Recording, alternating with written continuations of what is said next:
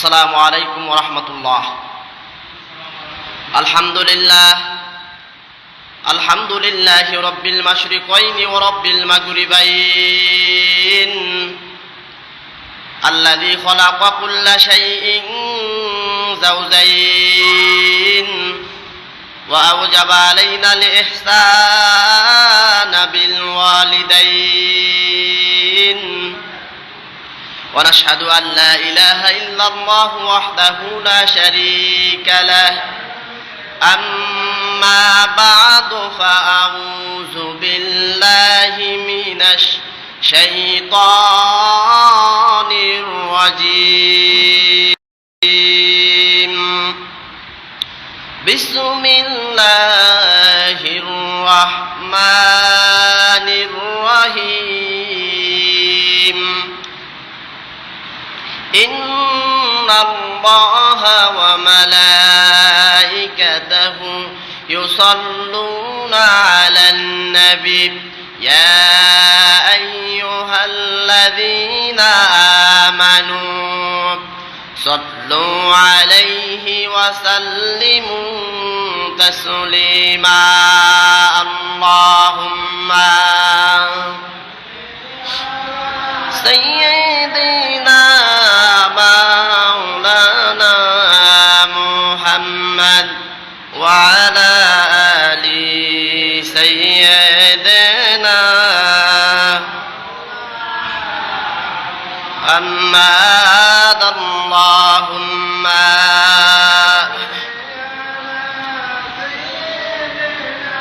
مولانا محمد وعلى آل سيدنا আলহামদুলিল্লাহ। সম্মানিত মুসল্লিয়ানে কেরাম ও মুরব্বিয়ানে আযম, প্রিয় ভাইরা, যারা আমরা এদিক সেদিক ঘোরাফেরা করছি, পবিত্র ঈদুল আজহার পক্ষ থেকে সকলকে শুভেচ্ছা ও অভিনন্দন। ঈদ মোবারক। আল্লাহ রাব্বুল আলামিনের দরবারে লক্ষ কোটি শুকর এবং সুজুদ যে আল্লাহ সুবহানাহু ওয়া তাআলা আমাদেরকে ঈদগাহের মাঠে আসার মতো বসার মতো সুযোগ করে দিয়েছেন। জবান খুলে শুকরিয়া আদায় করি আলহামদুলিল্লাহ। আমার প্রাণের ভাইয়েরা, যারা এখনো এদিক সেদিক ঘোরাফেরা করছেন, এদিক সেদিক ঘোরাফেরা না করে আমরা ঠিক জাস্ট 7:30 সময় নামাজে দাঁড়িয়ে যাব। অতএব সকলকে মসজিদে দ্রুত আসার মতো আল্লাহ তাআলা তৌফিক দান করুক, বলি আমিন। প্রিয় ভাইয়েরা আমার, আমি আজকে ইব্রাহিম নবী যেই কোরবানি করেছিলেন ওই কোরবানি সম্বন্ধে কিছু কথা বলেছিলাম। আজকে বাকিটুকু ফিনিশিং দিয়ে আমরা আলোচনা শেষ করব। গতকালকে আমি বলেছিলাম ইব্রাহিম এবং ইসমাইল মিলে মিনা প্রান্তরে পৌঁছে গিয়েছিলেন। প্রিয় ভাইয়েরা আমার, হযরত আব্দুল্লাহ ইবনে আব্বাসের বর্ণনায় পাওয়া যায়, সাইয়েদনা ইব্রাহিম এবং পুত্র ইসমাইল মিলে যখন তারা মিনা প্রান্তরে রওনা করলেন, শয়তান তিন জায়গায় তাদেরকে বাধা প্রদান করেছিল। জামরে আকাবা, জামরে উস্তা, জামরে উলার নিকট তিন জায়গায় বাধা প্রদান করার পর সাইয়েদনা ইব্রাহিম এবং পুত্র ইসমাইল মিলে 3টি জায়গায় মোট 7টি করে 21টি কঙ্কর নিক্ষেপ করলেন। সুবহানাল্লাহ পড়েন।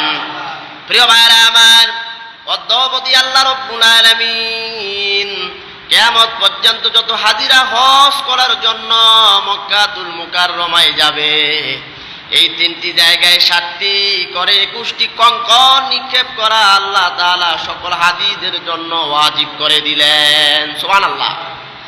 এই কঙ্কর নিক্ষেপ করা ছাড়া আপনার কিন্তু হজ হবে না, কঙ্কর নিক্ষেপ করতেই হবে। পিতা এবং পুত্র দুজনেই মিনা প্রান্তরে পৌঁছে গেল। পৌঁছে যাওয়ার পর এবার একজন আরেকজনকে খুলে বলল,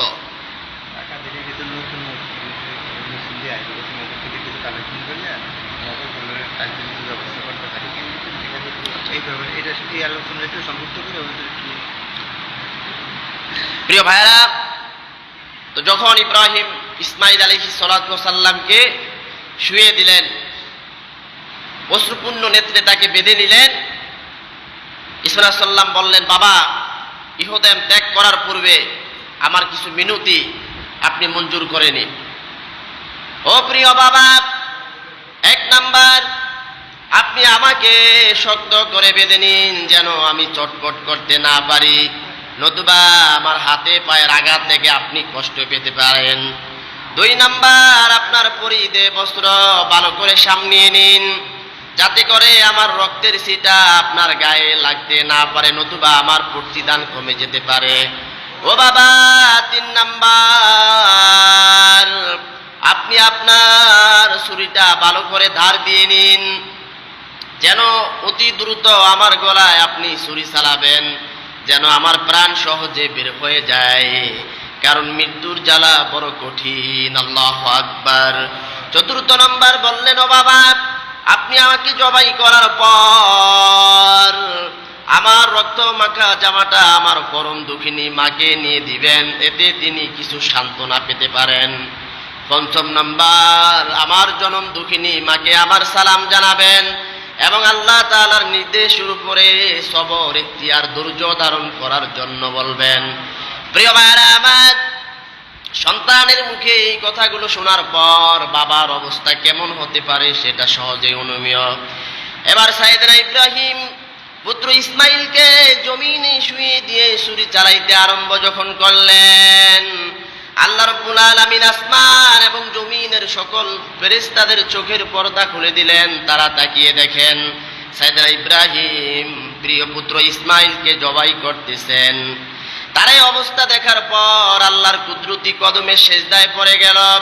আল্লাহ রাব্বুল আলামিন বলেন, ও আমার ফেরেশতারা, তাকাইয়া দেখো, আমার ইব্রাহিম নিজের সন্তানের মুহাব্বতের চাইতে আমি আল্লাহ তাআলাকে মুহাব্বত করে নিজের পুত্র ইসমাইলকে জবাই করতেছেন। সুবহানাল্লাহ।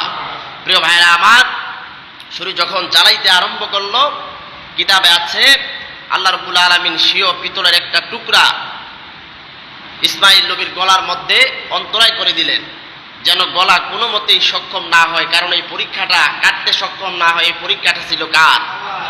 আসলে এটা ইসমাইল নবীর কিন্তু জবাই না, এটা ছিল আল্লাহ তাআলার পক্ষ থেকে সাইয়েদনা ইব্রাহিম এবং ইসমাইলের জন্য কার পরীক্ষা? আল্লাহর পরীক্ষা। প্রিয় ভাইরা আমার, এবার দ্বিতীয় প্রচেষ্টা চালাইতে শুরু করলেন। সাইয়েদনা ইসমাইল বললেন, ও বাবা, আপনি আমার হাত পায়ের বাঁধন খুলে দেন যেন আল্লাহ রাব্বুল আলামিন দেখতে পারে আমাকে জোর করে জবাইয়ের জন্য প্রস্তুত করা হয়নি, আমি নিজে জবাইয়ের জন্য সদা প্রস্তুত ছিলাম। ও বাবা, আপনি আমাকে দেখে আপনি নিজেও ঘাবড়ে যান, আমার প্রতি আপনার মায়া মহাব্বত বেশি লাগতে পারে, এই জন্য আপনি আমাকে উপর করে শুয়ে দেন। কুরআনুল কারীম বলেন, ফালাম্মা আসলামা ওয়া তাল্লাহু লিল জাবিন, যখন তারা বাপ বেটা আত্মসমর্পণ করলো, আল্লাহ তাআলার বিধানের কাছে আনুগত্য করলো, ইব্রাহিম আলাইহিস সালাম প্রিয় পুত্র ইসমাইলকে কাঁধ করে শুয়ে দিলেন। এবার গলার উপর ছুরি চালাইতে আরম্ভ করলেন। প্রিয় ভাইরা আমার, এক পর্যায়ে ছুরি কাটতে যখন সক্ষম হলো না, সাইয়েদনা ইব্রাহিম খুব মেজাজে ছুরিটাকে একটা পাথরের উপর নিক্ষেপ করলেন। পাথরের উপর নিক্ষেপ করার পর পাথরটা, শক্ত পাহাড় পাথরটা মুহূর্তের ভিতরে দ্বিখণ্ডিত হয়ে গেল। ইব্রাহিম নবী ছুরিকে লক্ষ্য করে বলেন, এরে ছুরি, সাধারণ চামড়ার গলা কাটতে সক্ষম হলে না, বরঞ্চ এত শক্ত পাথর কিভাবে তুমি দ্বিখণ্ডিত করে ফেললে? ছুরি আল্লাহ তাআলাকে বললেন, ওগো আমার রব, আমার একটু জবান খুলে দাও, তোমার বন্ধু ইব্রাহিমের সাথে আমি একটু কথা বলতে চাই। সুবহানাল্লাহ বলেন। প্রিয় ভাইরা আমার, ছুরি যখন আল্লাহর কাছে দরখাস্ত করলেন, জবান খুলে দিলেন কে? আল্লাহ তাআলা যখন জবান খুলে দিলেন, এবার ছুরি ইব্রাহিম নবীকে লক্ষ্য করে বলেন, ও আল্লাহর বন্ধু ইব্রাহিম, তুমি আমাকে তোমার সন্তান ইসমাইলের গলা কাটার জন্য বলো একবার, আর যে আল্লাহ তাআলা আমাকে সৃষ্টি করেছেন, ও আল্লাহ তাআলা ইব্রাহিমের গলা কাটার জন্য আমাকে নিষেধ করেন 10 বার। অতএব তোমার কথা শুনবো, না যে আল্লাহ আমাকে সৃষ্টি করেছেন তার কথা আমি শ্রবণ করব। সুবহানাল্লাহ বলেন। প্রিয় ভাইরা আমার, সূরি কথা শ্রবণ করবেন কার? আজ পৃথিবীর জমিনে আমরা মানুষ নামে পৃথিবীর জমিনে এসেছি, ঠিক আছে, কিন্তু আমরা মানুষ হয়েও, সৃষ্টির সেরা জীব হয়েও এরপর আমরা আল্লাহর কথাগুলো স্মরণ করতে পারি না। কথা বলেন ঠিক কিনা? আজকে ঈদুল আজহার নামাজ দেখা যাচ্ছে ফজরের সময় মসজিদে মুসল্লির সংখ্যা কম ছিল না বেশি? খুবই কম। যেই পরিমাণ থাকা দরকার ছিল সেই পরিমাণ ছিল না। ফজরের নামাজটা ফরজে আইন ছিল, আর ঈদুল আজহার নামাজ হলো ওয়াজিব। ফরজে আইন থেকে ওয়াজিবের গুরুত্ব কম, ফরজে আইনের গুরুত্ব হলো বেশি। কিন্তু দেখা যাচ্ছে কিছুক্ষণ পর ঈদগাহের মাঠে লোকে লোকারণ্য হয়ে যাবে নামাজ পড়ার জন্য, কিন্তু ঈদুল আজহার দিন সকালবেলা ফজরের নামাজ ফরজে আইন আদায় করার জন্য আসলো না। কথা বলেন ঠিক কিনা? শুরু হয়ে যদি আল্লাহর বিধান স্মরণ করতে পারে, আল্লাহর কথাকে স্মরণ করতে পারে, আমরা মানুষ হয়ে, সৃষ্টির সেরা জীব হয়ে আল্লাহর কথা স্মরণ করার দরকার আছে না নাই? প্রিয় ভাইরা আমার, সূরি যখন বললেন ইব্রাহিম তুমি আমাকে ইসমাইলের গলা কাটার জন্য বলো একবার, আর আমার রব আমাকে ইসমাইলের গলা কাটার জন্য নিষেধ করেন কয়বার? 10 বার। অতএব তোমার কথা শুনবো না যে আল্লাহ আমাকে সৃষ্টি করেছেন তার কথা শ্রবণ করবো। সুবহানাল্লাহ পড়বেন না? প্রিয় ভাইরা আমার, আল্লাহর নবী সাইয়েদনা ইব্রাহিম এবার পুত্র ইসমাইলকে জমিনে কাত করে শুয়ে দিলেন। শুয়ে দেওয়ার পর এবার দ্বিতীয় প্রচেষ্টা যখন শুরু করলেন, এবার গলা কেটেই ফেলবে। আল্লাহ রাব্বুল আলামিন তাকাইয়া দেখেন ইব্রাহিম নিজের সন্তানের চাইতে আল্লাহকে ভালোবেসে, আল্লাহকে সন্তুষ্ট করার জন্য এবার ছেলে ইসমাইলের উপর ছুরি এমন ভাবে চালাচ্ছে গলাটা শরীর থেকে মাথাটা দ্বিখণ্ডিত হয়ে যাবে। বলেন সুবহানাল্লাহ। আল্লাহ রাব্বুল আলামিন জিব্রাইলকে ডাক দিলেন, ও জিব্রাইল যাও, আদম নবীর সন্তান হাবিল যেই দুম্বাটা কোরবানি করেছিল, আমি আল্লাহ রাব্বুল আলামিন ফেরেশতাদের মাধ্যমে জান্নাতে বছরের পর বছর এই দুম্বাটা লালিত পালিত করেছি। অতএব যাও, জান্নাত থেকে দুম্বাটা নিয়ে ইসমাইল নবীকে সরিয়ে দিয়ে ইব্রাহিমের ছুরির নিচে দুম্বাটা শুইয়ে দাও। সুবহানাল্লাহ। প্রিয় ভাইরা আমার, জিবরাইল আমিন চলে গেলেন জান্নাতের মধ্যে। দুম্বাটা নেওয়ার পর প্রথম সপ্তম আসমানে যখন চলে আসলেন, সপ্তম আসমান থেকে লক্ষ্য করে দেখেন আল্লাহর নবী সাইয়েদনা ইব্রাহিম যেভাবে শিশু ইসমাইলের উপরে ছুরি চালাইতেছে, ছুরি চালানোর কারণে দেহ থেকে মাথাটা দ্বিখণ্ডিত হয়ে যাবে, মাথাটা আলাদা হয়ে যাবে। এই জন্য সাইয়েদনা ইব্রাহিম এই কারণে জিবরাইল আমিন সপ্তম আসমান থেকে একটা তাকবীর দিলেন, আল্লাহু আকবার, আল্লাহু আকবার। সাইয়েদনা ইব্রাহিম মাথা উত্তোলন করে দেখেন জিবরাইল আমিন সপ্তম আসমান থেকে একটা দুম্বা নিয়ে দুনিয়ার জমিনে আসতে আরম্ভ করলো। সুবহানাল্লাহ পড়েন, আরো জোরে বলেন সুবহানাল্লাহ। সাইয়েদনা ইব্রাহিম তাকিয়ে দেখেন কে তাকবীর বলল। দেখেন জিবরাইল আমিন সপ্তম আসমান থেকে একটা দুম্বা নিয়ে দুনিয়ার জমিনে অবতরণ করলো। প্রিয় ভাইরা আমার, এই অবস্থা দেখে এবার ইব্রাহিম নবী তিনি পড়তে আরম্ভ করলেন, লা ইলাহা ইল্লাল্লাহু আল্লাহু আকবার। জিবরাইল আমিন চলে আসলেন, ইব্রাহিমের ছুরির নিচে ইসমাইলকে সরিয়ে দিয়ে সাইয়েদনা ইব্রাহিমের ছুরির নিচে এবার দুম্বাটা শুয়ে দেওয়ার পর ইব্রাহিম নবী যখন দুম্বাটা জবাই করে ফেললেন, পিতার মুখে তাওহীদের অমূল্য বাণী শোনার পর এবার শিশু ইসমাইল বলতে আরম্ভ করলেন, আল্লাহু আকবার ওয়ালিল্লাহিল হামদ। সাইয়েদনা জিবরাইল বললেন, আল্লাহু আকবার, আল্লাহু আকবার। বলেন আল্লাহু আকবার, আল্লাহু আকবার। সাইয়েদনা ইব্রাহিম দুম্বাটা জবাই করতে পেরে আল্লাহর শুকরিয়া আদায় করে তিনি বললেন, লা ইলাহা ইল্লাল্লাহু আল্লাহু আকবার। শিশু ইসমাইল বাবার মুখে অমূল্য বাণী শোনার পর তিনি বললেন, আল্লাহু আকবার ওয়ালিল্লাহিল হামদ। এই তিন ব্যক্তির কালামগুলো আল্লাহ তাআলার কাছে এত পছন্দের হয়ে গেল। সাইয়েদনা জিবরাইল, সাইয়েদনা ইব্রাহিম এবং সাইয়েদনা ইসমাইলের জবানের যেই কালামগুলো আল্লাহ তাআলার কাছে পছন্দ হয়ে গেল। আল্লাহ বলেন কিয়ামত পর্যন্ত জিলহজের 9 তারিখ সকাল ফজরের পর থেকে শুরু করে 13 তারিখ আসর পর্যন্ত এই তাকবীরটা বলা আমি প্রত্যেক মুসল্লি উম্মার জন্য ওয়াজিব করে দিলাম। সুবহানাল্লাহ বলেন। প্রিয় ভাইরা আমার, আল্লাহ বলেন এটা আমার ভালো লাগছে, এটাকে আমি পছন্দ করেছি। এই তিন ব্যক্তির কালাম ও এলাহিগুলো, সাইয়েদনা জিবরাইল, সাইয়েদনা ইব্রাহিম এবং সাইয়েদনা ইসমাইলের এই কথাগুলো আমার কাছে বেশি ভালো লাগছে, আমি এগুলাকে খুব লাইক করছি। অতএব জিলহজ মাসের 9 তারিখ ফজরের পর থেকে শুরু করে জিলহজ মাসের 13 তারিখ আসর পর্যন্ত দীর্ঘত 4 দিন অথবা মতান্তরে 5 দিন এই তাকবীরগুলো, তাকবীরে তাশরিক যেটাকে বলা হয়, এই তাকবীরগুলো বলা আমি প্রত্যেক মুসলিম উম্মার জন্য ওয়াজিব করে দিলাম। বলেন সুবহানাল্লাহ। প্রিয় ভাইয়েরা, এই কাজটা করেছেন কে? অতএব আমাদের জন্য এই তাকবীরটা পড়া ওয়াজিব। একবার পড়া ওয়াজিব, 3 বার বলা মুস্তাহাব। কথা বলেন ঠিক কিনা? আমরা প্রত্যেক ফরজ নামাজের পর নিজেরা এই তাকবীরগুলো পড়ব এবং বাড়িতে আমাদের মা বোনেরা যারা রয়েছে এদেরকে আমরা জানিয়ে দিব, এরা যেন তাকবীরগুলো পড়ে। আল্লাহ তাআলা আমাদের সকলকে তাকবীরগুলো পড়ার মতো তৌফিক দান করুক, বলি আমিন। প্রিয় ভাইরা আমার, এবার সাইয়েদনা ইসমাইলের পরিবর্তে কুরবানি হয়ে গেল দুম্বা। কথা বলেন ঠিক কিনা? সাইয়েদনা ইসমাইল কুরবানি হলেন না। দুম্বা যখন কুরবানি হয়ে গেল, আল্লাহ রাব্বুল আলামিন এবার ইব্রাহিম নবীকে একটা ডাক দিলেন কোরআনের ভাষায়।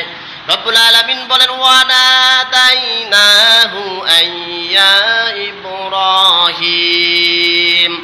আল্লাহ তাআলা ইব্রাহিম নবীকে ডাক দিয়ে বলেন, ও ইব্রাহিম, কদ সাদ্দাকতার রুয়া ইন্না কাযালিকা নাজজিল মুহসিনিন।